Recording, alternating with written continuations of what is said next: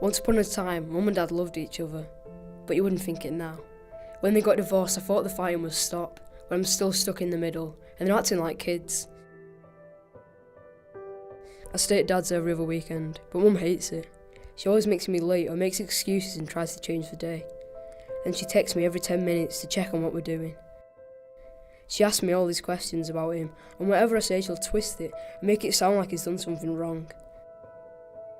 I used to tell her it wasn't like that, but she'd get upset, so now I just don't tell her anything. It's like she wants me to decide not to see him. But I do want to see him, I really miss him.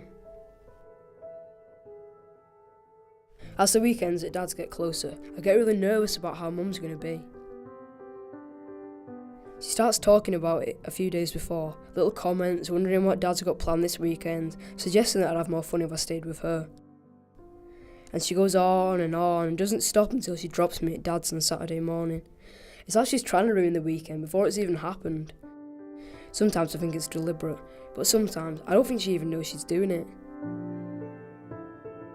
Then when I get home on Sundays, the weekend could have been great, but I have to forget it all just in case she kicks off.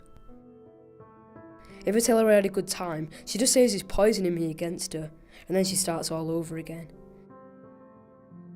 It's doing my head in. She doesn't want me to see him, but sometimes I think she's the one I don't want to see.